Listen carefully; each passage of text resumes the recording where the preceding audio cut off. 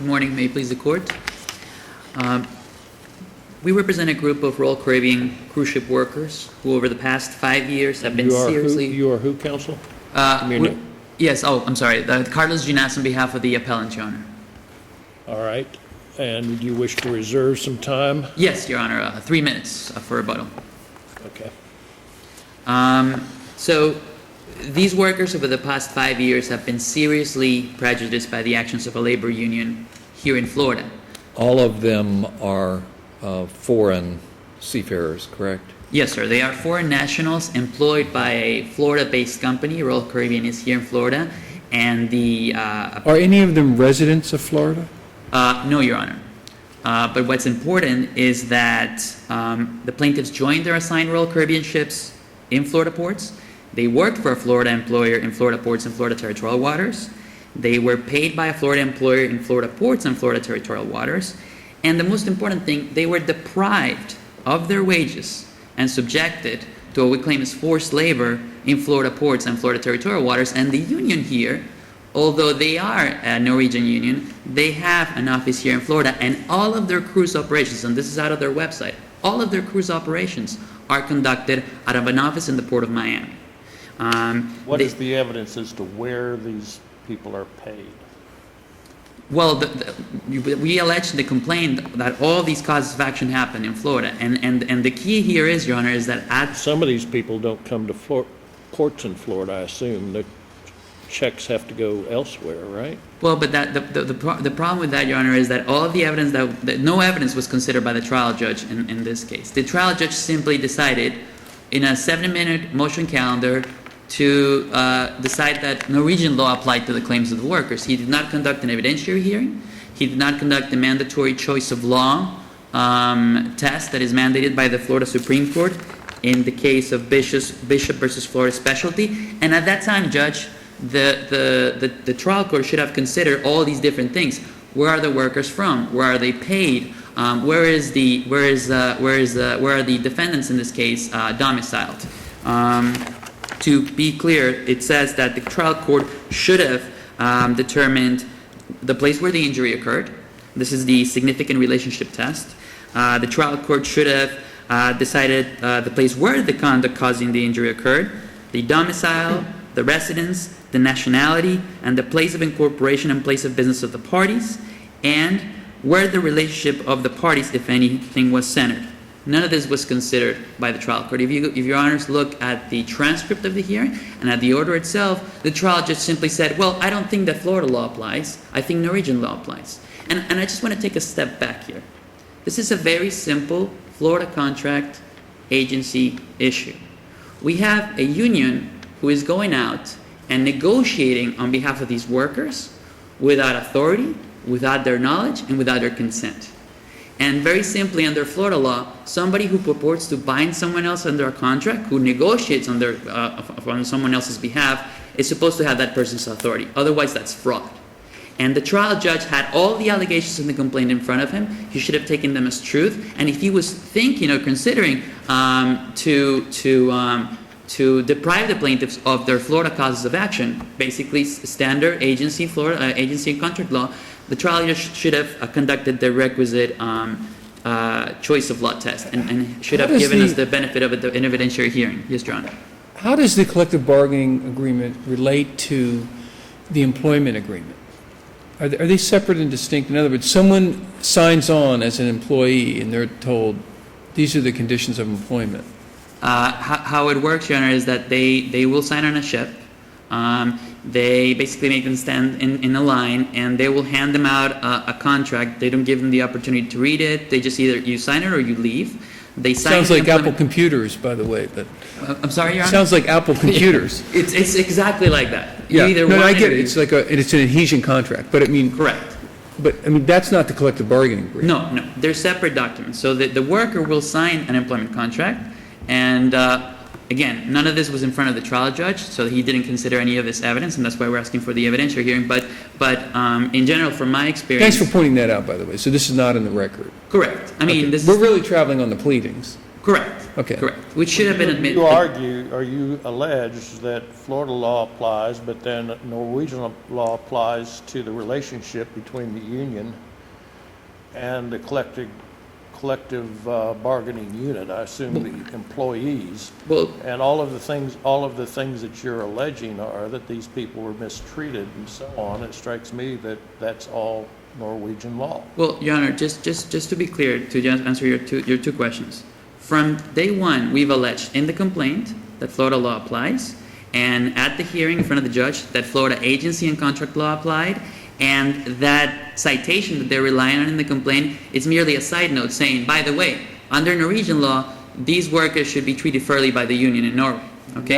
You never alleged where this agreement between the union and Royal Caribbean was made, did you? Well, Your Honor, they didn't give us the opportunity to even address that. In the complaint, though, we very clearly alleged the domicile of the union, that we alleged that all the union's torturous conduct took place in Florida, and that's very clear from the complaint. The domicile of the union is over in Norway. It's over in Norway, but, Judge, in the union itself, And all of the alleged bad acts occurred on a boat or somewhere No, all of else. the alleged bad acts, Your Honor, is this union in Florida coming up to Royal Caribbean and saying, I'm going to enter into an agreement with you on behalf of all these seafarers. Never mind that I don't have the authority to That's do not so. in the complaint, that this agreement was made in Florida between Royal Caribbean and the union.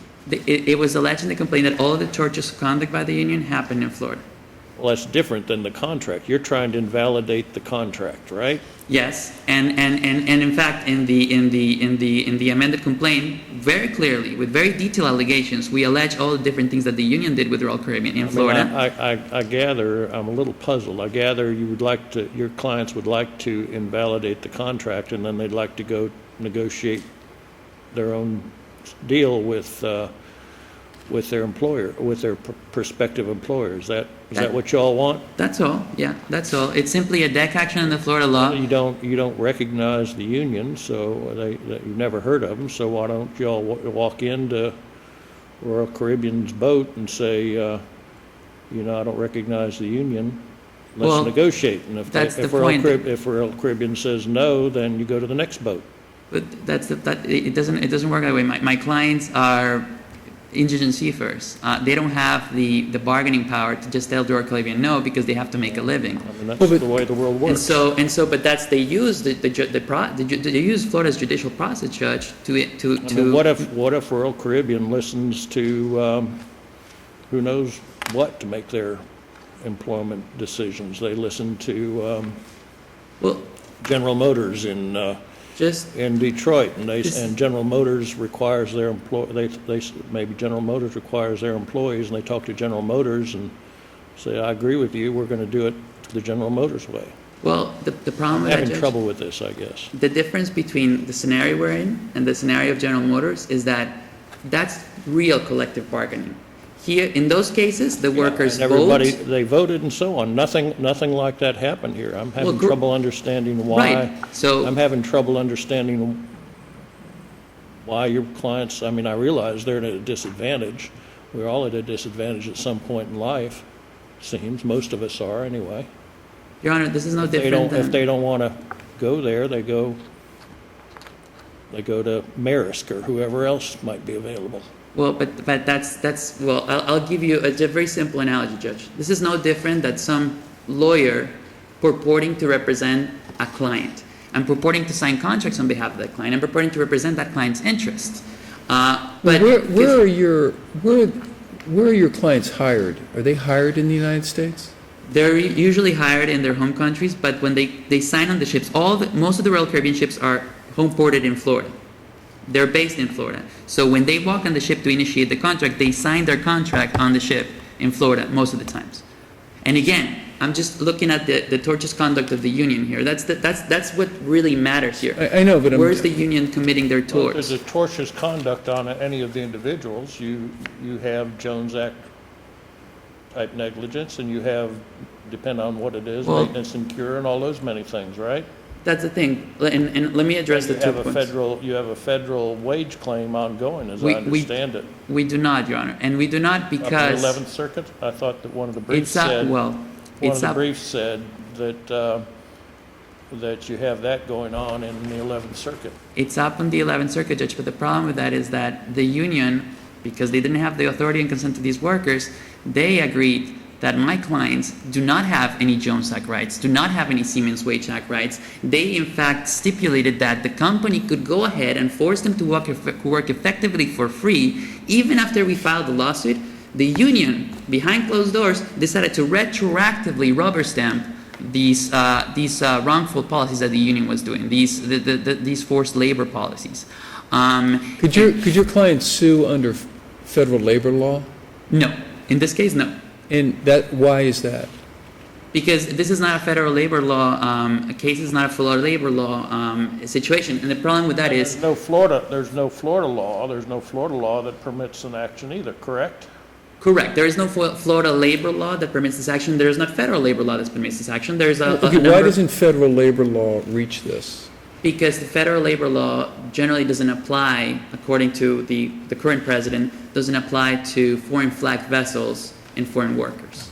And isn't that the underlying problem, international comity, that you are asking us to, as Florida courts, to jump into the middle of contractual arrangements made in foreign countries? Not And really. the United States would not be pleased if a foreign country did that to our contracts, and we tend to respect the contracts that are entered into in foreign countries.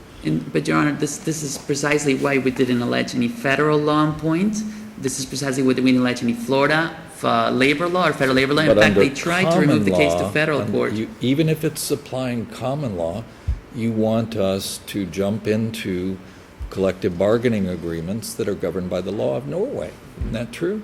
No, in fact, Your Honor, if you look at the collective bargaining agreement, that's the other argument here. None of this, by the way, was considered by the trial judge. About reached the end of your time, so What I need to... bring your argument to a Okay. close, please. The simple issue is the only determination that the trial court made was that Norwegian law applied. The trial court did not determine anything about preemption of federal law. The trial court didn't make any determination whatsoever about constitutional due process. Everything that the trial court did was limited to the following finding. The plaintiffs cannot proceed under Florida law. They only can proceed under Norwegian law.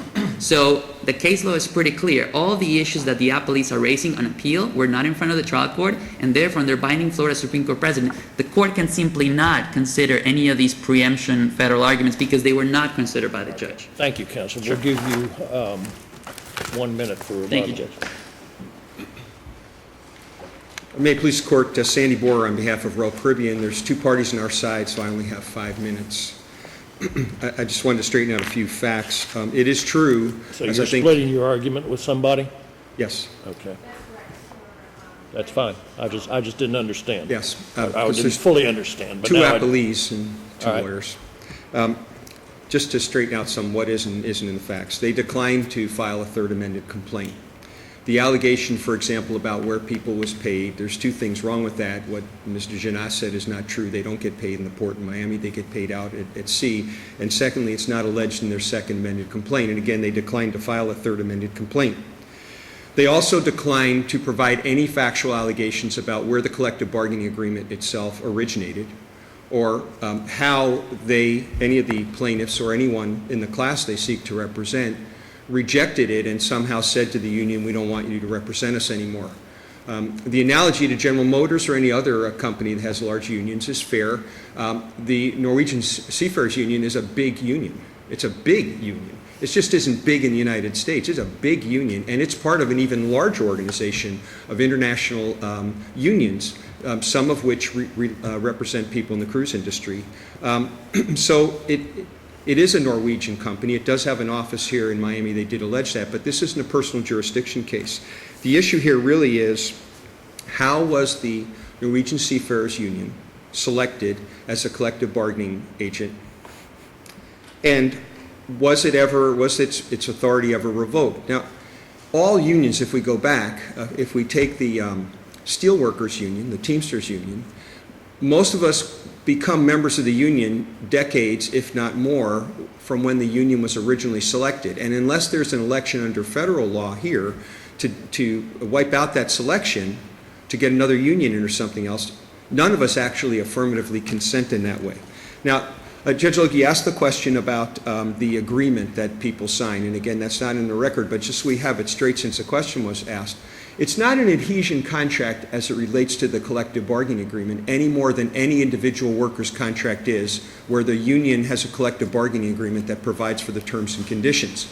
And it's little more than a page of some paragraphs, most of which don't mean anything except it adopts the collective bargaining agreement.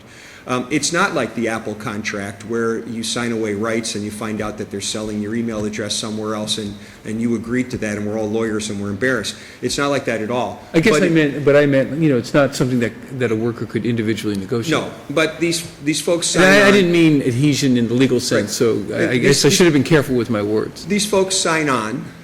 They work for 6, 8, or 10 months. They go off on vacation. They sign on again. And they can do that over and over again, and they know what the contract says. I'm not saying that when they come in, someone says, please read this collective bargaining agreement and then get back to me on signing your employment agreement, but it's always there. That's not the issue here.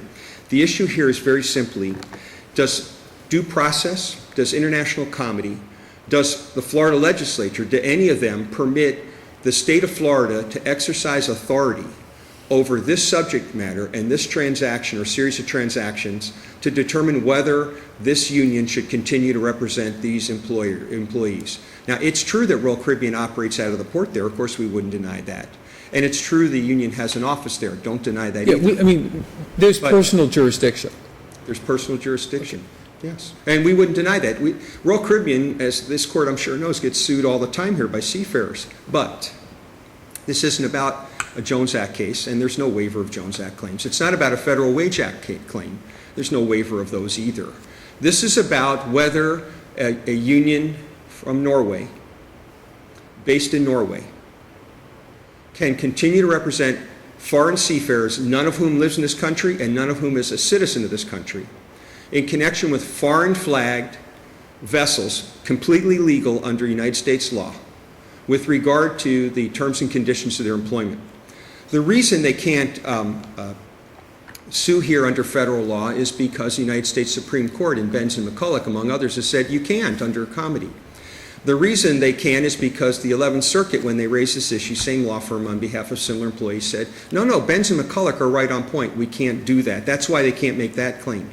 And it's also why the state of Florida doesn't have the authority under the Due Process Clause or under international comedy to interject itself, whether through a court or otherwise, even if the legislature wanted to, unless there's some more to this that connects the subject matter, that's what we call legislative jurisdiction, not personal jurisdiction, to this situation, and there isn't. And we don't say it just to say it, we say it because the Supreme Court's noted it. And we did argue due process on the jurisdiction issue to the trial judge. And if you look at the transcript, as we pointed out, he mentions due process as well. But, In it fact, seems to he me a says- closer issue is Yeah.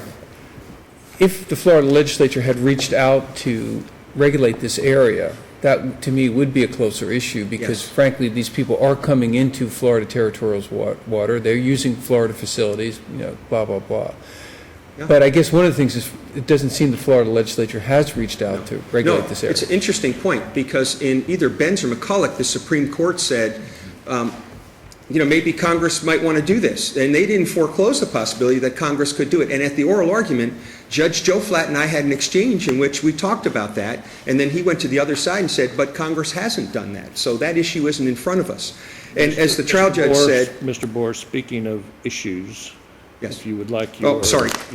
Just one other thing. The judge in ruling said it's a due process You can finish issue. your sentence. Thank you. You can finish. The chief is letting you finish your one sentence. You wanted I was to- just going to say, It can be a wandering periodic sentence if you... all I wanted to say was the trial judge did hear and rule on the due process issue, and it's in the transcript, which is in the appendix. Thank you. Thank you, counsel.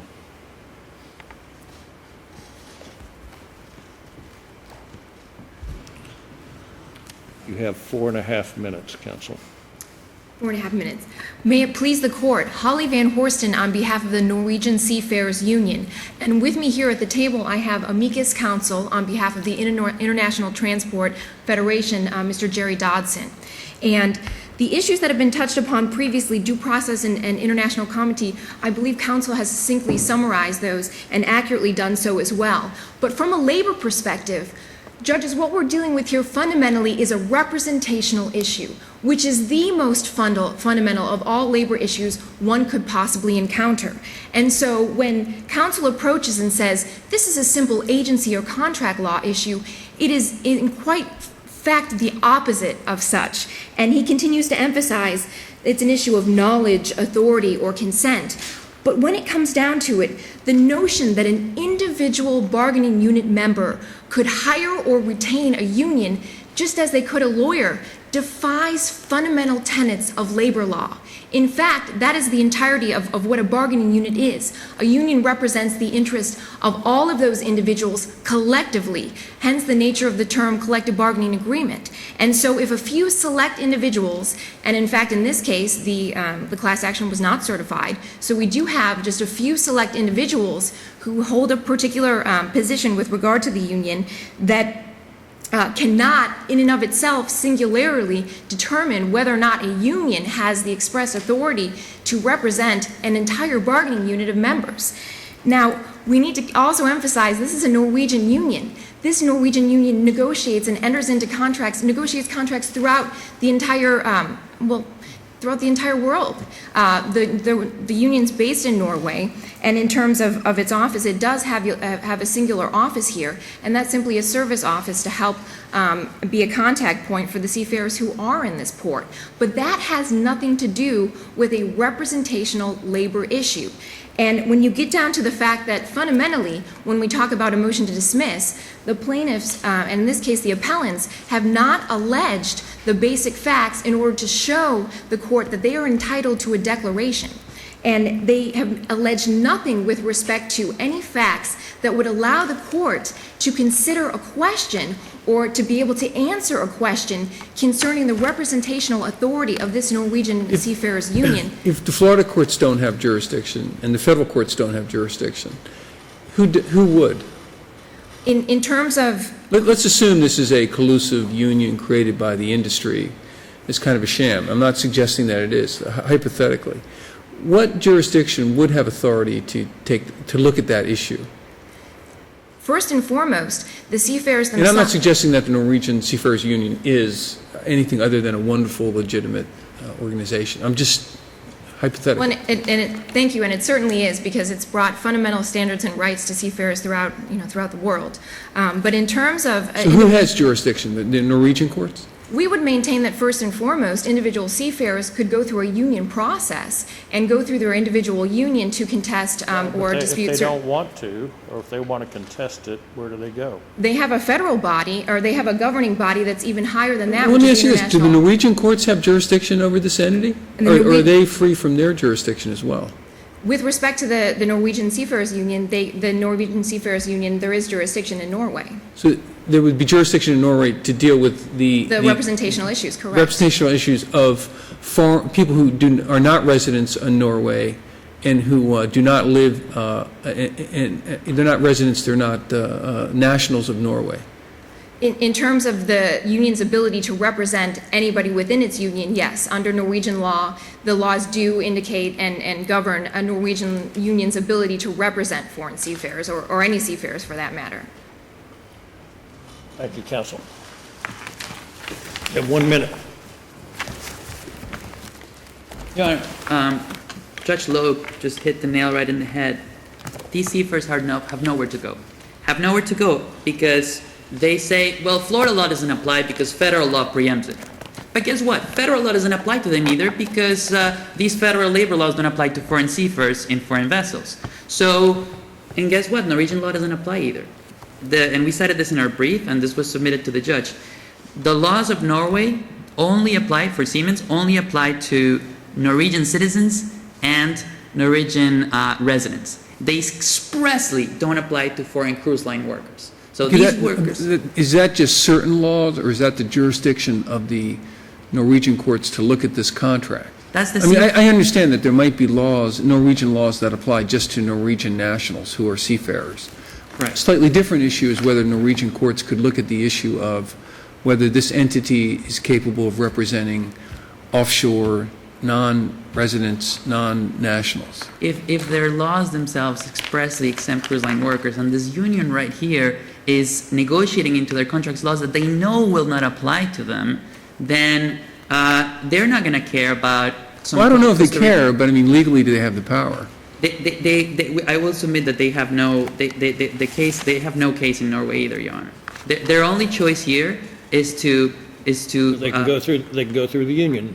No, really. Their only choice here is to file, their claim in Florida. Just to make it very clear and very shortly, in the next 15 seconds. Yes. Right now in Florida, the company is conducting policies that are tantamount to slavery in Florida, Counsel, that's not the issue before us. well, and just to be clear, Florida Statute You have something 44701. legal to say to us? Yes, Florida Statute 44701 says that the Florida legislature has It declared. applies to residents, right? But That statutory section applies to residents of Florida, I believe. Any union which has members who are residents of Florida. Right? Even so, Your Counsel? Honor, it's a declaration of the legislature that they want to regulate a collective bargaining in the state of Florida. But Of unions that have, who are residents of Florida, and my understanding is these folks are not. then, with the message then, Your Honor, is that basically the Norwegian Seafarers Union, who has been in the United States for over 20 years, can continue these practices with impunity. My clients become an underclass of workers that get absolutely no rights under any type of law, federal, Florida, or even Norwegian law, because it expressly doesn't apply to them, and basically they're our luck. There's nothing we can do for them. And Counsel, that- I think you have identified a very important issue. It's fascinating. It's what happens in this international situation. You know, the high seas, what laws applies. And, Well, but- I mean, but- it is a very, very interesting issue. I Just, mean, and I want the court to bear into consideration that the only thing that the judge ruled upon was that Norwegian law was the law that should apply. There was no determination by the judge regarding whether federal labor laws preempt state laws. None of that was in front of the judge, and the Florida Supreme Court has expressly said that those issues cannot be considered an appeal unless they're ruled upon by the lower court judge. Thank you, counsel. Thank you, Your Honor. We'll recess. All right.